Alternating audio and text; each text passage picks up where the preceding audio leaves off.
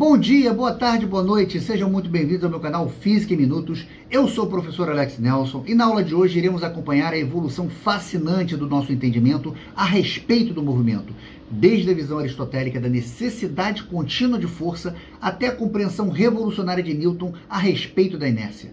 Neste percurso, mostraremos a importância da experimentação, do questionamento e do avanço do conhecimento ao longo da história. Ficou curioso? Não sai daí não, é só um instante. Depois da vinheta, tem mais!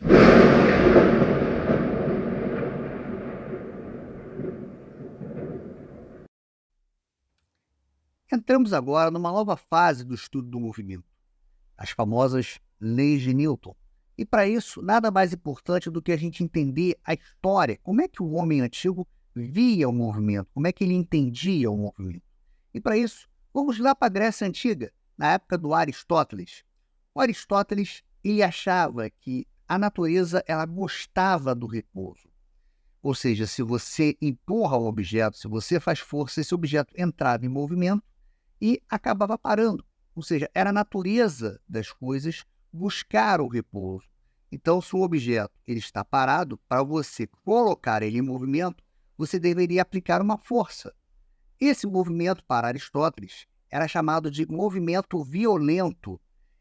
Aplica-se uma força, o objeto entra em movimento, cessando a força, o objeto acabava parando, porque era na natureza das coisas buscar o repouso. Acabou a força, o objeto buscava o seu estado de repouso. Mais interessante, para Aristóteles, a força era necessária e fundamental para se manter o movimento. Ou seja, se você quer manter o movimento do objeto, você deveria estar constantemente empurrando, fazendo força para manter o movimento. E as explicações de Aristóteles naquela época tinham tanto peso que ninguém ousava questionar o grande Aristóteles. Somente 2000 anos depois, um indivíduo chamado Galileu Galilei, com seu método experimental, começa a perceber que haveria alguma coisa esquisita com as explicações de Aristóteles. Galileu trabalhou muito com os planos inclinados e ele percebeu que um corpo que já está em movimento, ele não para imediatamente depois de cessada a ação da força. Ele percebeu que quanto mais lisa fosse a superfície em que o corpo estivesse deslizando, maior seria a distância percorrida até ele parar. Ou seja, na concepção do Aristóteles, o que faria o corpo parar não era a ausência da força, mas o surgimento de uma segunda força contrária ao movimento, que ele deu o nome de força de atrito. Então, para Galileu, quando você aplica uma força sobre um objeto, esse objeto, devido ao contato com a superfície, iria aparecer uma força contrária ao movimento. Essa força ele chamou de força de atrito. E era essa força a responsável por fazer o objeto diminuir a sua velocidade até atingir o estado de repouso.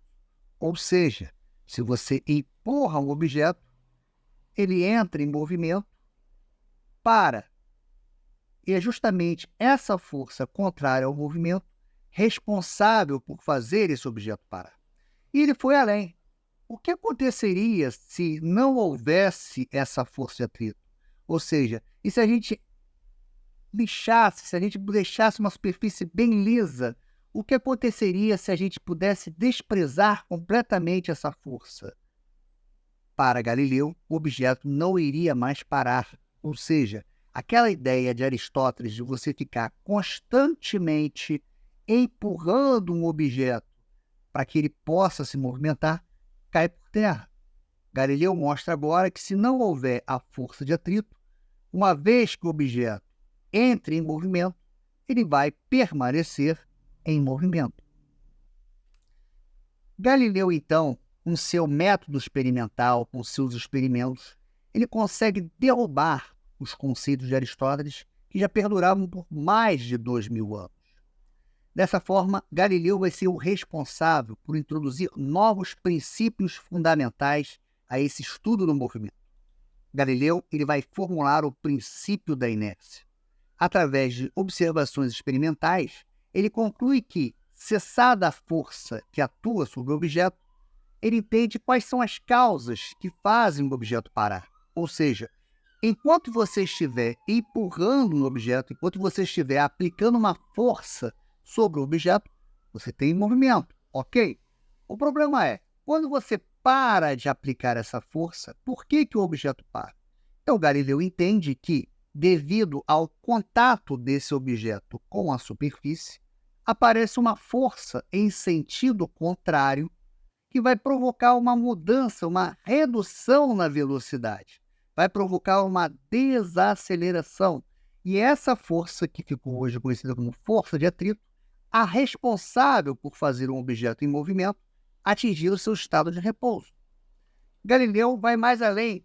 Ele entende que se nenhuma força estiver atuando sobre o objeto, ele tenderá a permanecer em movimento. Ou seja, se a gente fosse possível eliminar o atrito, ou seja, se a gente pudesse eliminar aquele agente que está provocando essa redução na velocidade, o objeto continuaria a se mover, só que de forma indefinida, sem nenhum retardo. Ou seja, eu teria um movimento perpétuo. Se eu retiro o agente que está provocando a redução, o objeto em movimento não vai parar. Ele vai continuar no movimento perpétuo. Um ano após a morte de Galileu, nasce Isaac Newton. Newton, que é considerado por muitos historiadores um dos grandes nomes da física pelos seus trabalhos em várias áreas do conhecimento, com destaque ao estudo do movimento. Newton ele vai basear os seus trabalhos no estudo de Galileu, elaborando 3 leis que juntas explicam todo o movimento da superfície da Terra. Ele vai reafirmar as ideias de Galileu, acrescentando novos elementos. Alex, eu sempre ouvi dizer que a lei da inércia estaria associada ao Newton.